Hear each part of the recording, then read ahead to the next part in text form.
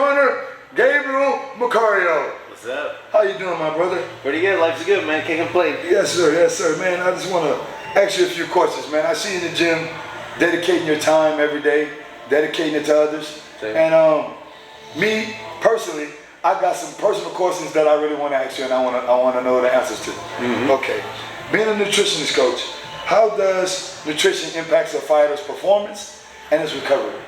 Well, a lot.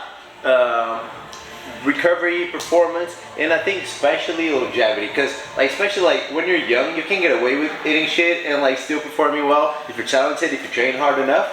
Yes, you know. But the injuries start piling up as you go. You don't recover as well. Your body just doesn't work as well as if you're eating good food. Yes. If you're fueling your stuff with good stuff. So the longevity, I think, starts getting compromised. All right, gotcha. So you have a shorter career. So you just basically answered my next question. I was going to ask you what common mistakes does fighters do when they're trying to avoid putting nutrition back into their body? What kind of mistakes that fighters do when they're what is the common mistake most fighters make when they don't put nutrition back into their body? Okay, well, the mistake is not not caring about nutrition enough, and probably not lack of knowledge, right? Well, lack of knowledge and just wanting to eat delicious shit, right? Because that's a problem with all of us. Food is almost like a drug, right? It hits all the spot, right? You can get addicted to food, and it becomes a problem just like a drug abuse. Yes. So it's hard to control yourself with food. I understand that. I get that. But yeah, you just gotta be aware of the consequences, and you start making better choices. See, that's me. I wanna be I train so hard, I can go ahead and eat this, eat that, and the next day I'll be like, oh, I should eat that. I feel it. Okay. Yeah. What supplements would you recommend for a fighter to get, or for anyone that's trying to build their body? Supplements? Yes, sir. I guess creatine. Creatine is the one supplement that's it's almost perfect. Not almost perfect. It's almost unanimous. Nobody disagrees with creatine. Yes, everybody knows that creatine is one of the best ones and is the most backed up by students and by science and whatnot. And some whey protein, because it's hard to eat enough protein in your day. Once you realize how much protein you need, you see you gotta eat a lot of protein. Yes, so sir. whey protein always helps. 1-2 scoops there at the end of the day. So I'm gonna try creatine. Yeah, for sure, bro. If you're not on, it just helps. It doesn't help a lot. It's not gonna be huge, but there's no downside to you take it at all. Got you. See, 5 grams a day, every day. That was one of the things, you just said. Someone that told me, was man, you don't need to put any creatine in your body. It's not good for you. It's bad. So I stayed away from it. Yeah, no, definitely no. But, definitely no. Ask more people. Ask some people that actually take it and know what they're doing. Yeah, nobody disagrees. Yes, it's not wonderful. It's not gonna change your life. But there's no downsides to it. It's not why not take it. Got you. So what drew you into the life of learning about the supplements of the body? The nutrition is part of the body. Nutrition, right? Yeah. So it started with weight cuts. When I was 20, 21, I had my first fights. I saw how people cut weight for MMA. And you do the crazy shit that we do. Yeah. You was about 50, 60 20 pounds, and recovering the next day. So I was blown away when I found out about that. I was like, that's incredible. And being a kid, being a 20, 21-year-old, what I do, I was like, I'm gonna do that. I'm eating and I'm blowing up. No, I'm gonna lose 20 pounds in a week, and I'm gonna be 20 pounds heavier for 5 days. And I decided to do that without knowing. Almost died a couple times trying to do that.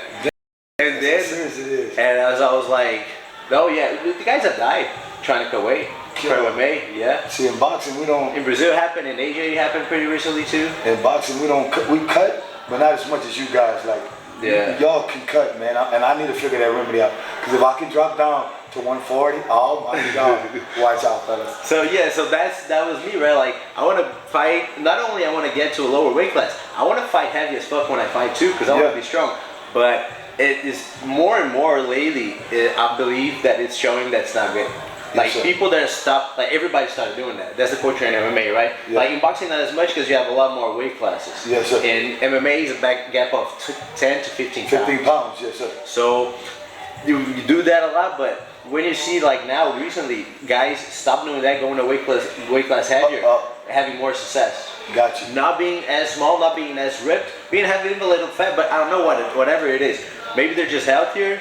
Maybe they're just like not worried. Like my problem is worrying so much about the weight, the weight cut, that I don't worry about the fight. If I fight properly, you know, last 2-3 weeks, it's all weight in my head. I'm stressed as fuck. That makes a lot of sense. Yeah. And so I'm moving up to 55 now. Yeah. Because of that, I can make 45. I've made 45 in my last 13 fights. Yes, sir. But I'm not doing it anymore.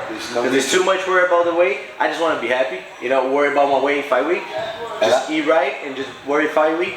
And just I see you have the bigger guys in here, so you're good. Right? Yeah, and I'm bigger. Like if they cut to 55, they're gonna be, because you see, like I see 55ers, they're like bigger than me, way too big. Yes, sir. But they had to cut down to 55 too, so they're gonna be smaller. Gotcha. They're gonna be barely the same size. And I don't think it's not worth it to go that low. And plus, you know the tricks and trades of the body. You know the tricks and trades of the body. You know the right things to put into the body. They might don't have no nutritionist coach the way that you do. Yeah, nowadays and it's that's really simple. It's just eat decent food. Yes, sir. You know, that's really simple. If you're disciplined, you don't need to know. Honestly, you don't need to know like the tricks. If you're just disciplined and you're able to eat well through camp, that's all you need. Gotcha. That's awesome. That's awesome. So, what drew you to Brazilian Jiu-Jitsu? MMA. I was a boxer before. Yeah. I actually started boxing. What? Yeah. I can box a little bit. Yes, sir. Yeah, I know. I'll be in there with you. I started out boxing, but I always wanted MMA. Yes, sir. Right, I just liked MMA. I started watching. I liked MMA, so I did boxing. So I wanted to fight because I wanted to fight MMA. Then I went to Muay Thai. Then eventually to Jiu-Jitsu. I just knew I had to learn so I could fight MMA. And then I kind of started. What fighter would you say drew you into the sport? Oh, Anderson Silva.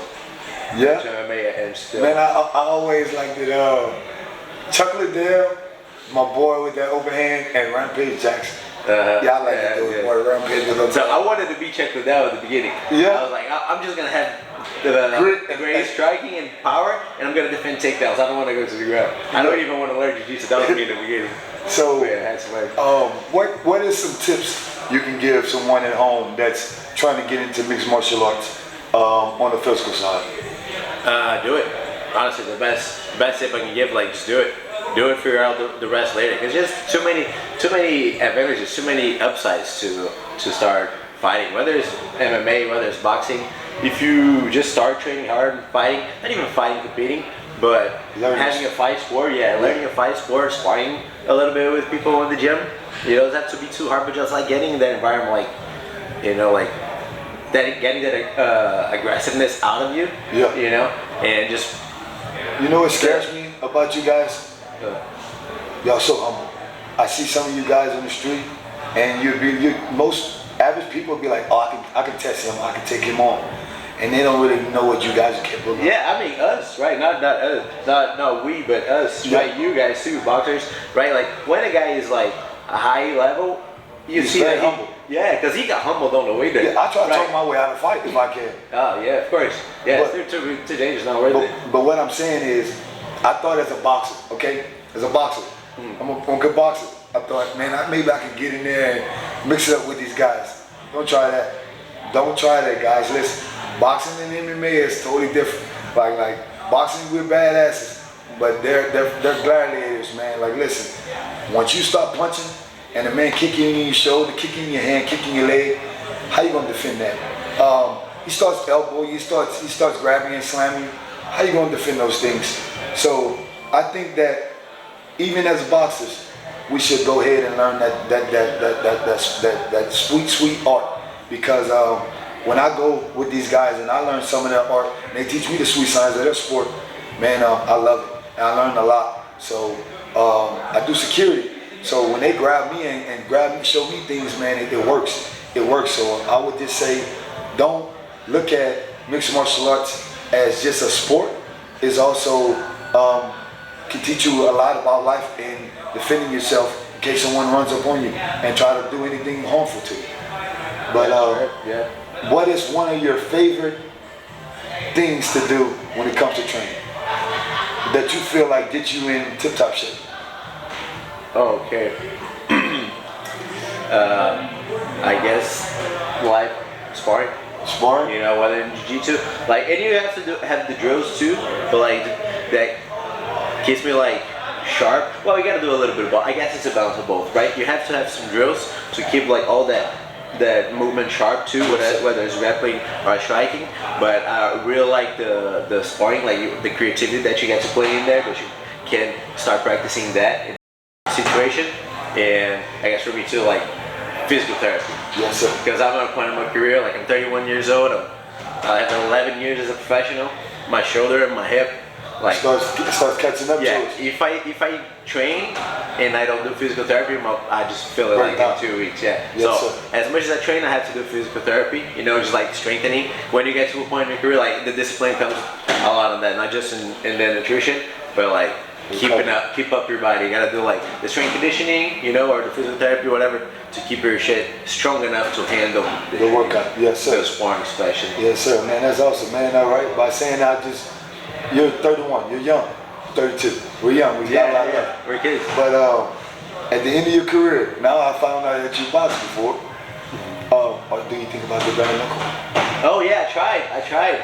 I went to one of the tryouts in Kansas. Sir. I traveled all the way to Kansas when they had the first tryout during COVID.